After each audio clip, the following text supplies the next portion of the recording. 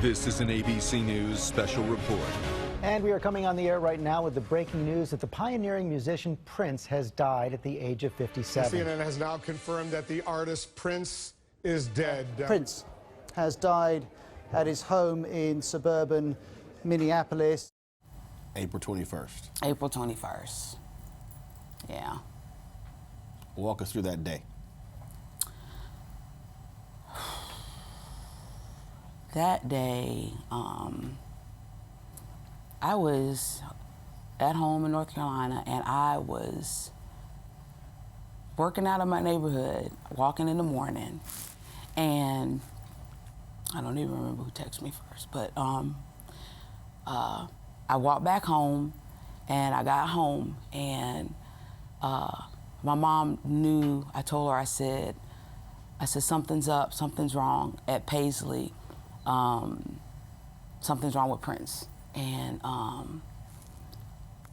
then my phone started ringing, and I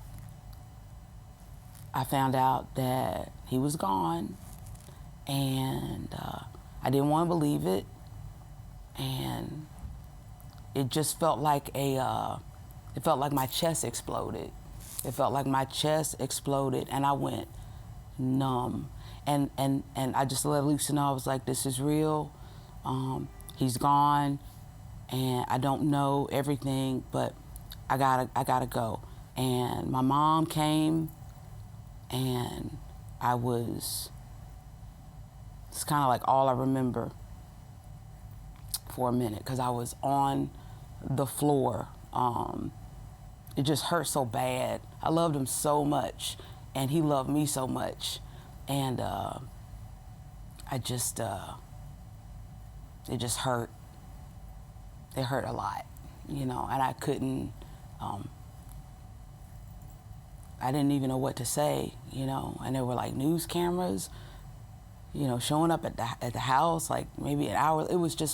I've never experienced anything like this in my life, and I didn't know even what to do.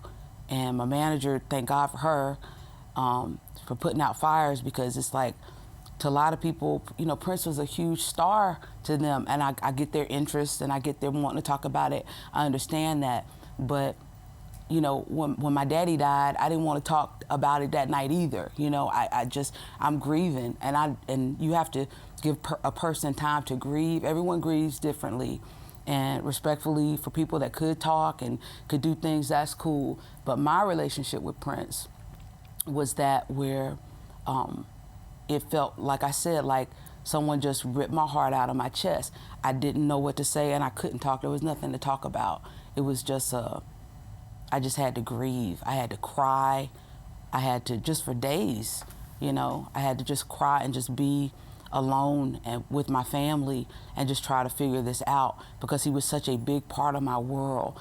So he was a major part of not just my work life, but of my life, my real life.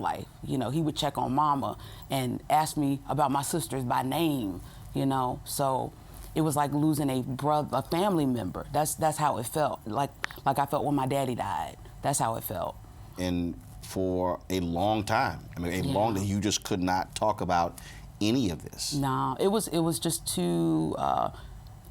It was too difficult to talk about without crying and just being a mess, because I had to process it and I had to pray over it.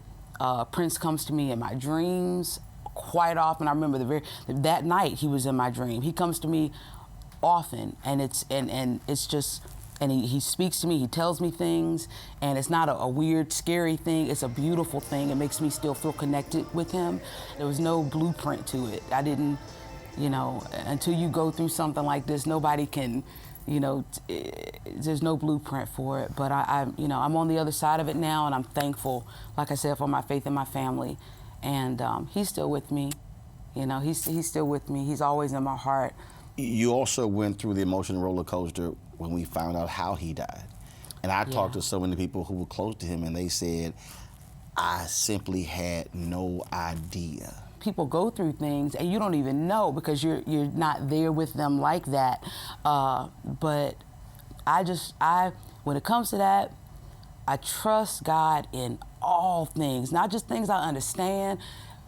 Most importantly, and mama, most importantly, the things that I don't understand, the things I can't wrap my brain around, that's when you have to trust him the most. And when you say you trust him and you give it to him, you gotta let it go. You can't trust him and still be like, but what about this God? And what about that God? It's like, nope, I trust you in all things. You brought my brother Prince home. He did what he was supposed to do on this earth while he was here. Now he's everywhere. He's in the sun, the wind, the air. He's everywhere around us.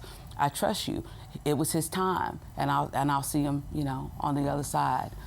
It is interesting when you talk what you just said about the kind of folks he liked.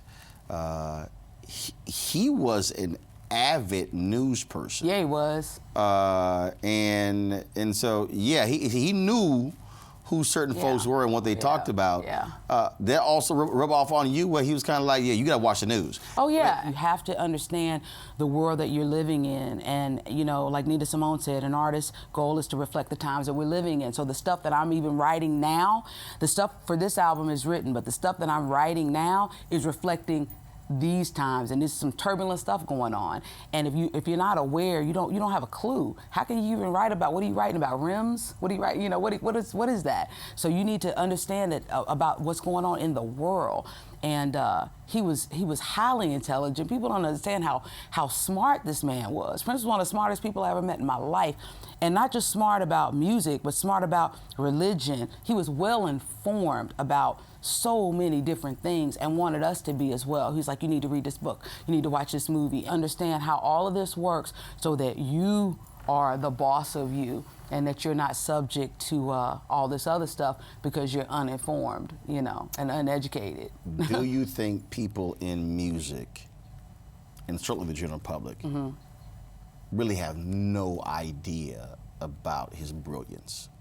I think they're learning now, which I love. I don't think they really knew. A lot of people didn't even know Prince was the musician that he was. Now, all of that music, he's gonna live on forever. And we're gonna make sure of it, and Shelby J is gonna make sure of it, that people understand and remember him for not how he died, but how he lived and what he left behind for all of us and all the gifts that he gave us, and that roadmap that he laid out in his lyrics for us to know how to treat each other, how to love one another, how to just be good and be kind, and to what matters. Why is this called 10?